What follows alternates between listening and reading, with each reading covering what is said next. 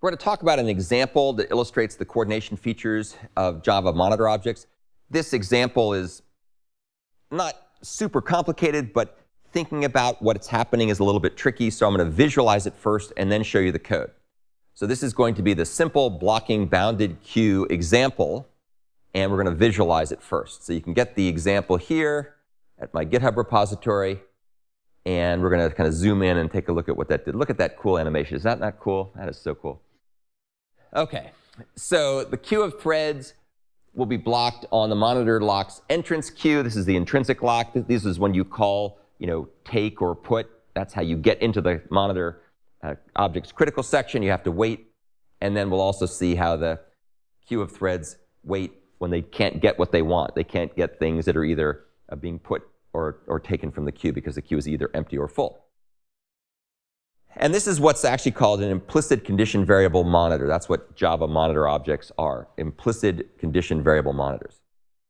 So here's the simple bounded blocking queue. Let's say here's the main program that we're running. This is going to be the consumer thread. It's going to be a thread. It's just going to sit there pulling stuff out of the queue. And so it'll come in. Let's assume for a second, this is thread T1, comes in. Nobody's there. It acquires the lock. It starts to run.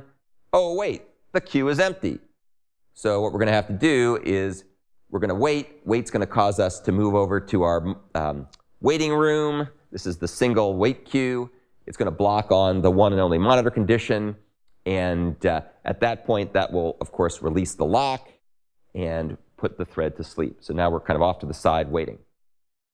Let's now assume another thread comes along. This is thread T2. Thread T2 is going to be the producer thread. It's going to be putting stuff into the queue. So you can see here it's going to loop for I equal 0, I less than 10. It's going to put stuff into the queue. It's going to put integers into the queue. Remember, this guy over here is still blocked. Thread T2 comes in, acquires the lock, and check to see if the queue is full. Well, of course, the queue is not full because it's empty. So unless you have a zero-size queue, which would be a bad idea, we should be able to make progress. So we don't have to wait. We can skip waiting. Instead, we can go ahead and add something to the queue. And then we notify anybody who's waiting for the queue to be empty or not empty.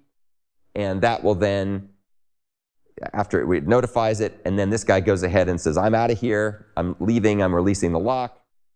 He exits the monitor object. That will then cause thread T1 to wake up. Once he's exited, actually, this guy will wake up at that point and then not be able to get back in. He then unblocks on the monitor condition, reacquires the lock, and then at this point says, aha, I'm coming out of my wait call, and now I can notify everybody that the queue may no longer be full, and I go ahead and grab the item out of the queue and return it, and then I release the lock on the way out, and I leave the monitor object. So that's basically what's happening at a high level visually. And of course, we'll look at the source code in a second. You can see what it's really doing under the hood. But I wanted you to get that big picture view of the going back and forth and the coordination between the various parties involved in this.